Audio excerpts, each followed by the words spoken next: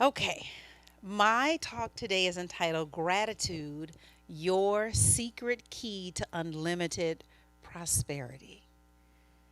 And my thesis, as I want you, and we're going to talk about how to do this, is to let the law of plenty work itself out in you and in your affairs. The scripture is from 2 Timothy chapter 1 verses 6 and 7. Therefore I remind you to stir up the gift of God which is in you, for God has not given us a spirit of fear, but of power and of love and of a sound mind.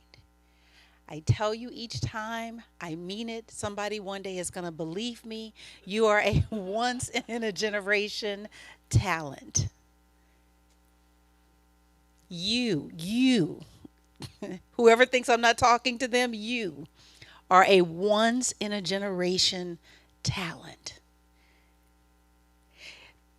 I read this. There are 335 million people, million people in the US. That's a lot of folk, right? And there's no one that's alike. I know we try to huddle in our groups, and I'm like you, and we come from the same family, and we've got the same lineage, but there's no one like you. You are unique. Now, that's just the 335 million that are here. Let's not even mention any of the other countries, any of the other places on the planet. There is no one like you, and there are billions of people on the planet, and there's no one coming that's going to be like you. And of the billions that have been here, none of them were like you. You are a once in a generation talent. So it's really like holding on to that, not to say I'm better than someone else, but that there is something in me that makes me uniquely, radically special.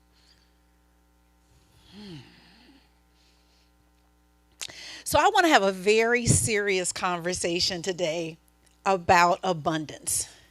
Because the truth is that I can have as far as I can see. Nothing is off limits to me.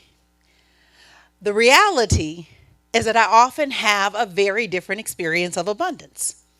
And sometimes I go without. I don't know if anybody in here, sometimes I go without. Sometimes there are bills that come and I just don't have the immediate resources. They're not immediately present to pay. There's a bill, it needs to be paid, but there's not anything sitting in the coffers to pay it. I don't know if anybody has that experience. This could just be confession session. But I was looking at my expenses because I did this thing where I sat down and I said, let me just think about the month of September. Let me look at where I spent money. And I started looking for places that I could be a better steward of my money. And I saw that about 7%, I would tell you the number, but that would just be too embarrassing. 7% of my budget went to pay credit card bills. But get this, I didn't buy anything. That was just servicing the debt. All right, prosperity teacher. So today I want to reconcile. Maybe this may help you. You guys just may be a part of my spiritual therapy session. So today I want to reconcile my spiritual awareness with my lived experience. And just maybe I might be able to bring the two together where I am fully living the truth that I am teaching. Would that be okay? So today we're going to heal the disconnection between living in an abundant universe and experiencing only a part of that good. We're going to close the gap. Say that with me. Close the gap. We're going to close the gap between thinking abundance and living abundantly. We're going to close the gap between being heir to all that the Christ is and working through persistent ill health or ill wealth or lack of happiness problems. We're going to close the gap so that we might be a blessing to this fractured society. Because what I know is, while I did just get up here and tell you my business, I also know that it's not just me. Has anybody ever heard of the national debt clock? Okay, so there's this clock. It's quite scary. Listen, Halloween has nothing on this clock. If you go to usdebtclock.org, let me tell you what you're going to find out. If you go there, there is a running tally of the money that we owe as a government, as individual citizens. As of 7 a.m. this morning, that number was 33 trillion with a T, 514,306,000 and climbing. It's what I said. The national debt clock, it is a billboard-sized running total display that shows the United States national gross national debt and each American's family's share of that debt. And as of 2017, it was installed on the western side of One Bryant Park in New York City, in Manhattan. But let's talk about what that means in practical terms. It means that the average American household is at least 60 days behind on at least two bills. According to the San Francisco Fed, American households have nearly depleted their pandemic savings. You remember all that money you had in your account because we weren't eating out? Nobody was going anywhere. There was no driving. And the numbers are just piling up because the checks were coming in, but the outgo was less. No one had that flush. Okay, just me. All right. According to the San Francisco Fed, households have nearly depleted their pandemic savings. The Americans owe $986 billion on credit cards, which is actually surpassing the pre-pandemic level of $927 billion. Folks, we got a problem. As they would say in Apollo 13, Houston, we have a problem. As of July 2023, the U.S. personal savings rate stood at 3.5%, which is below pre-pandemic averages. In other words, all the money that we set aside when we weren't going anywhere, we weren't eating out for the most part, has been given back. I know, I'm so sorry, y'all. This is supposed to be a prosperity lesson. So the question is, how is this debt created, right? How do we apply the teachings of New Thought to this problem that likely affects all of us in this room? Because that's really what matters. Each one of us is a center of influence, and so if we get it, we then become a radiating center of prosperity that then goes out and touches all of the people that we touch. So it is imperative that we get it in this room. Now, what I want you to know is that I am Fillmorian in my theology. What does that mean? That means that when I am researching a spiritual topic, I start with the conclusions of Charles Fillmore, and then I go from there. I want to know, what does Charles Fillmore say about this? So that's the question that I ask. And in his seminal work, Prosperity, which is an excellent book, get it, have it in your library, just put it under your pillow and sleep. It'll osmosis, right? This is what Fillmore writes. He says, debts are produced by thoughts of lack, impatient desire, and covetousness. In other words, I don't believe there's enough to go around.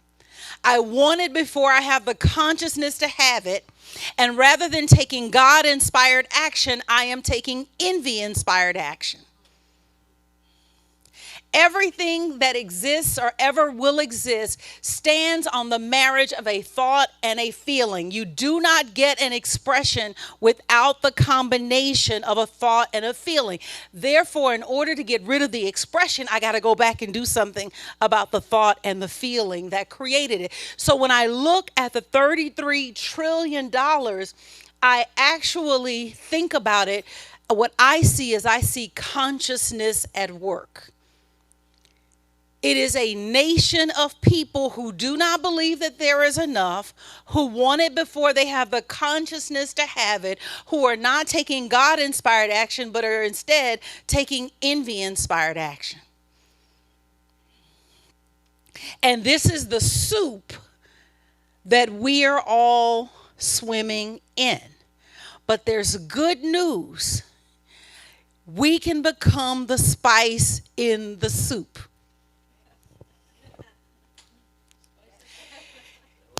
Have you ever had something that had a little kick to it? We can be the kick. Okay, would that be okay? Can we be the kick? Okay. So what I see is a collective consciousness that doesn't believe there's enough. What Fillmore writes is, fill my mind with thoughts of all sufficiency. I love what we sang this morning. I surrender. I trust. I'm so grateful. I believe that there is more than enough. Fill my mind with thoughts of all sufficiency. And where there is no lack, there can be no debt.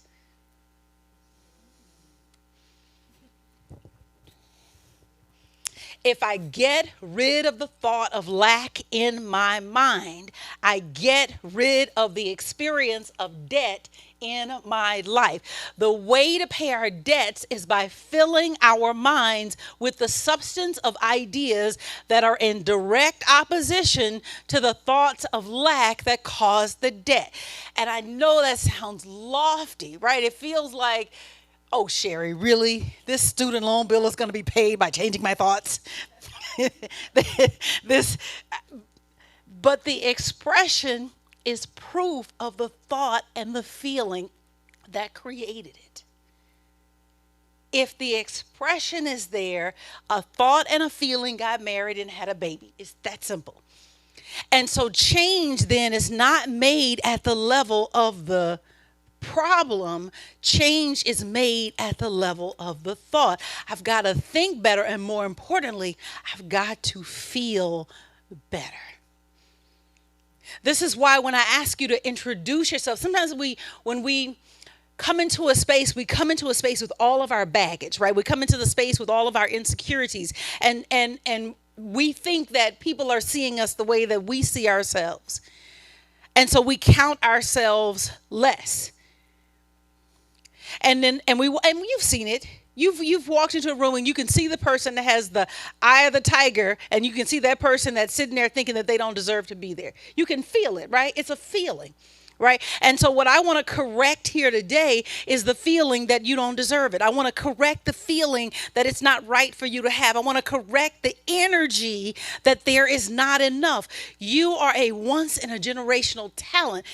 What the Spirit put in you to express and to bring to the earth plane, the Spirit also provided for you to be able to do that. It would be a really cruel universe to give you talent and not give you the means to express it. How messed up would that be?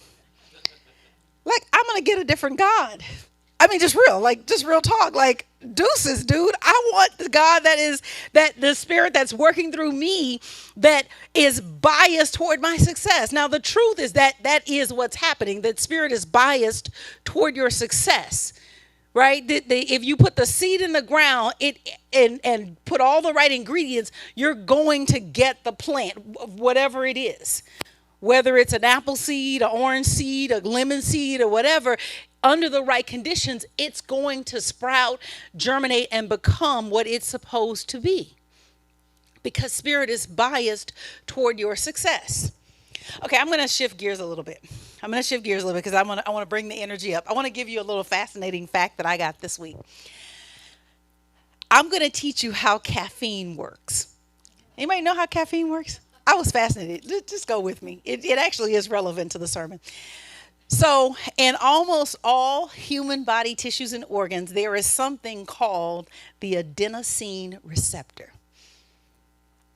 Adenosine is like a neurotransmitter. It's a molecule.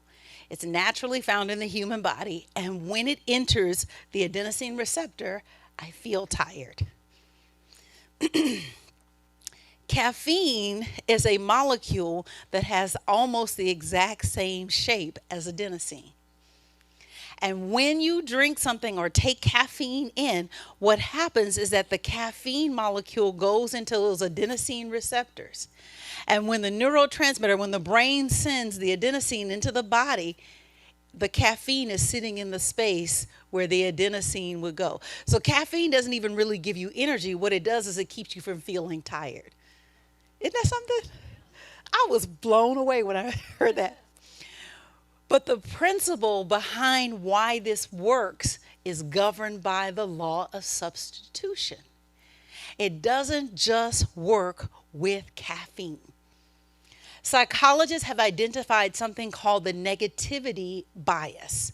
And so just as we have adenosine receptors, we also have emotion receptors. And so as humans, we have a tendency to remember traumatic experiences better than positive ones. We have the ability to recall insults way better than we have the ability to recall praise.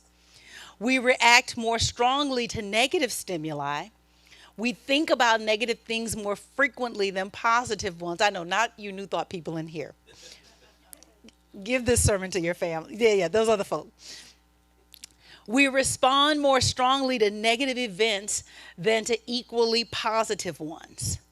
And so we can apply the principle of how caffeine works to our negativity bias. The simple practice of daily gratitude will clog up the emotion receptors so that when the negativity comes, it has nowhere to sit.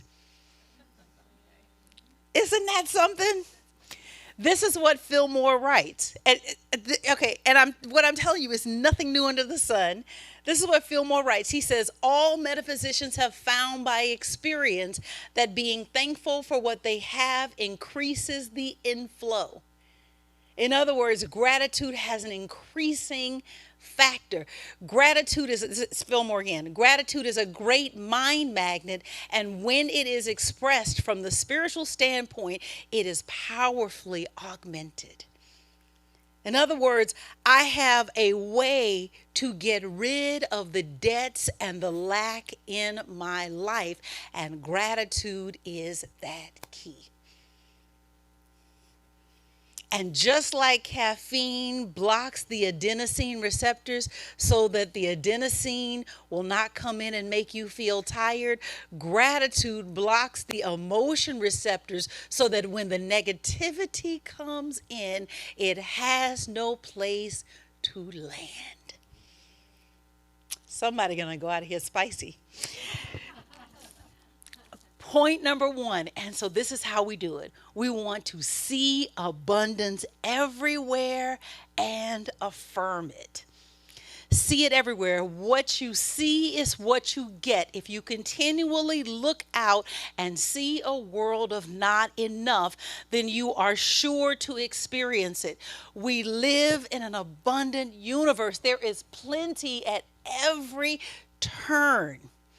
And so we must entertain ideas of abundance rather than ideas of lack and limitation. I have a choice where I send my mind.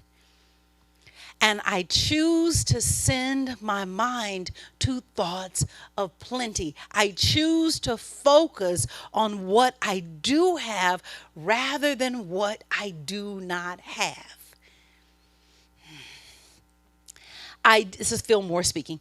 Ideas of abundance will move quickly and surely bring what is yours to you than any thoughts you hold about debtors discharging their obligations to you. In other words, we all have these people that we think owe us something, whether it's a parent, a job, a law, a legal situation, but something where we feel like someone owes us. And what Fillmore is saying is take your mind off of that and give your mind to the ideas of abundance, and you become a magnet, and that will take care of itself. See abundance everywhere and affirm it, not only for yourself, but for everyone else. If you're a business owner and you have receipts that have not, or invoices that haven't been paid by your clients, begin to pray for the prosperity of your clients. Begin to affirm that they have more than enough to meet their needs and they easily pay their bill to you. God loves you. God's love, this is Fillmore writing. God's love sees you always well, happy, and abundantly provided for, but God's wisdom demands that order and right relation exist in your mind before it may become manifest in your affairs as abundance. In other words, right thinking precedes a right experience. It's there for you. It's sitting in spiritual escrow, but it's waiting on you to get your mind together. And so I demand that we speak abundance. That's why I said, don't introduce yourself as I am Liz. Introduce yourself as I am love. I am prosperity. I am health. I am joy. Because I want to shake up the atmosphere. Again, we have to be the spice in the soup. We are devolving into a country that can't get along. Nobody likes anybody. Everybody thinks everybody is their enemy. Nobody can trust anyone. There are people who are saying, forget elections. They don't work. The only way to do it is to do it this way. We got to be the spice in the soup, folks. It's time for us to be some cayenne. Or some turmeric. Or here, oil of oregano. Anybody got the oil of oregano? Yes. Yeah. It is time. Point number 2, activate the power of increase through giving thanks. Thanksgiving is so powerful. I love what we did with the meditation, with the song, that I'm so grateful, I'm so blessed. I love that it moved you to emotion. That's the way you want to do gratitude. You want to do gratitude to the level where it just moves you and you are just so very grateful. Where it may bring you to tears because you're trying to shift the atmosphere. Again, we're trying to be the spice in the soup. That's what we're trying to be. We're not leaving the country and going over to New Thought Island. That's not happening. We're going to have to figure it out right here. And the thing is that what we have is more powerful than the nonsense that's out there. And so we want to sit in gratitude and just begin to give thanks. I have more than enough. I'm so grateful for the ways that Spirit is expressing in my life. I'm grateful for my child. My child came home and told me, and I was so grateful. He said, and I think I told you guys this before, I'm going to run for student council. I said, oh, holy cow. Now, mind you, I've been telling him that he's a leader since he was 2, but it finally took at age 9. So, and again, it's the steady drip, And the student council thing didn't work out, so he said, I'm going to play the trumpet. Hallelujah.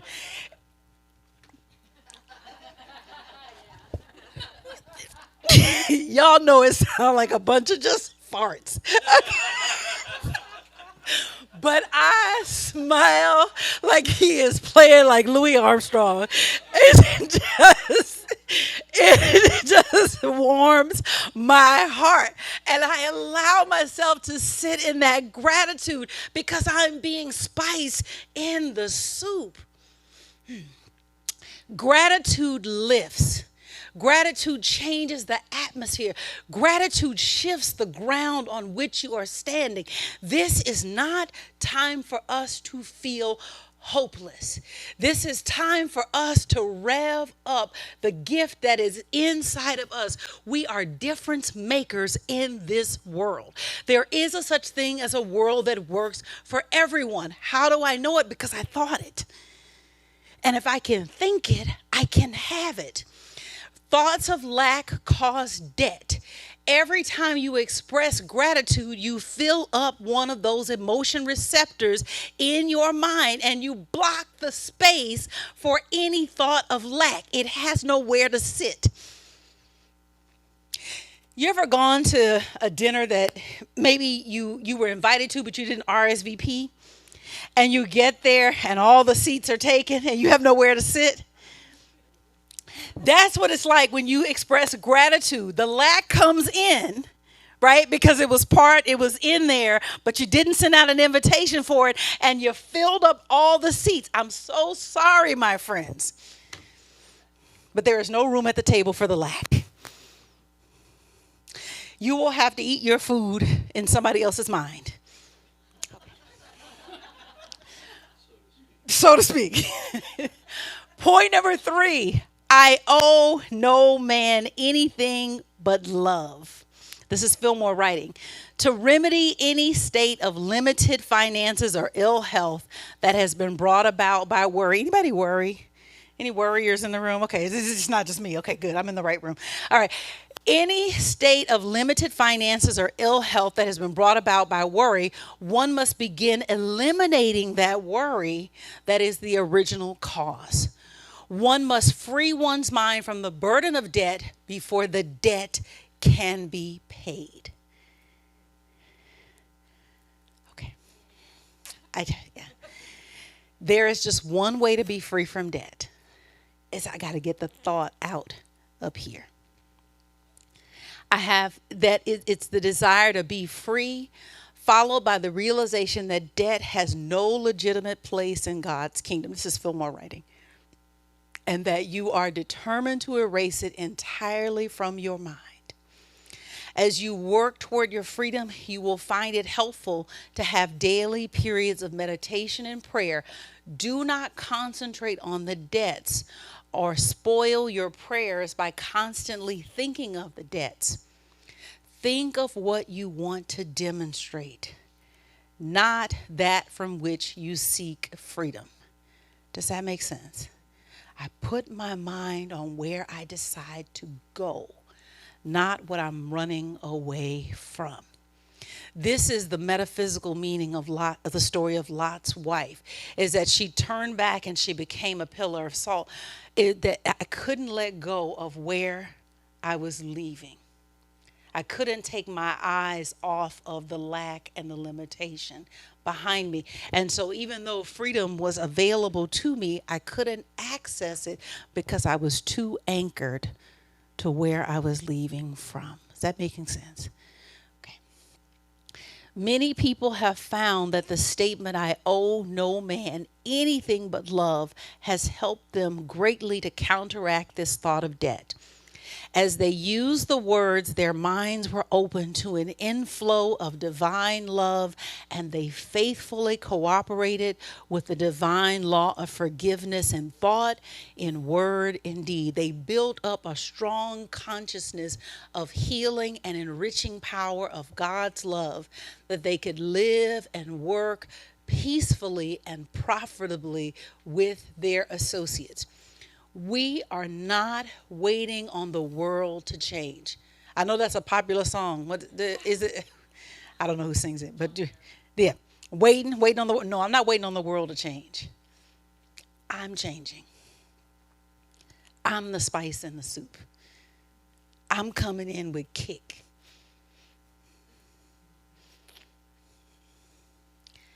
The statement, in case anybody thinks this is.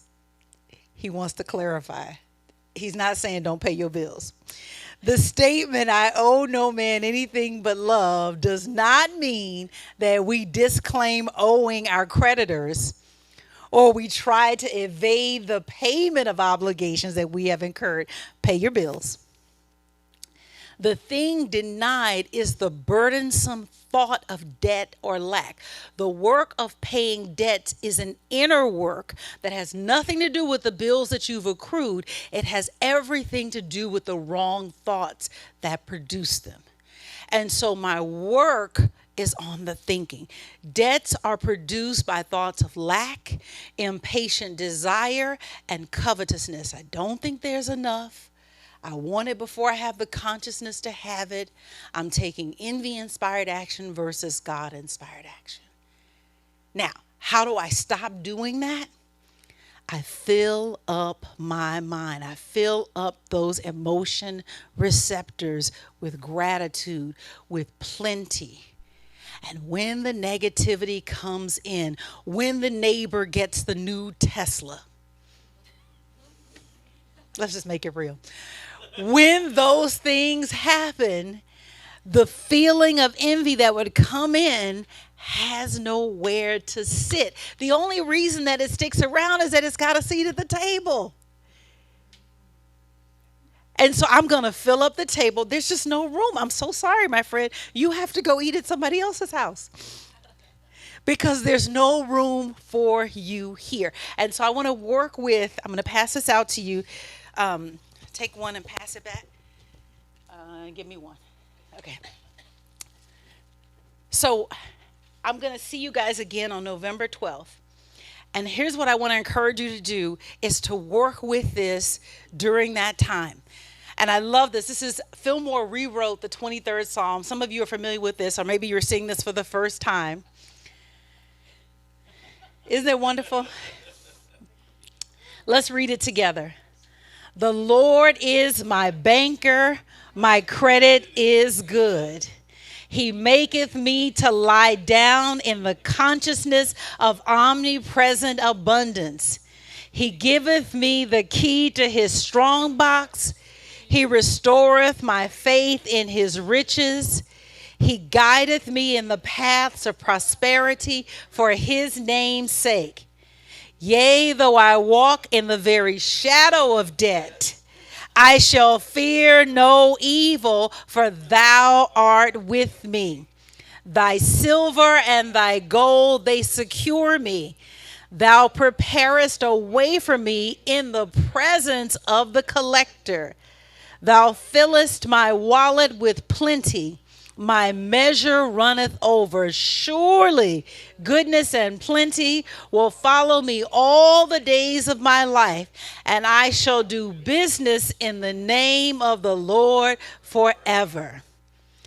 So simple. The one that jumped out to me today, because I did this in my morning meditation, I want you to just set a timer for 10 minutes.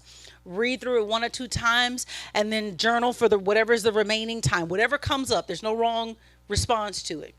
The thing that jumped out to me today was, yea, though I walk in the very shadow of debt. Not just because of my debts, but I had just gone to the U.S. debt clock and saw that we were, as a country, 33 trillion in debt.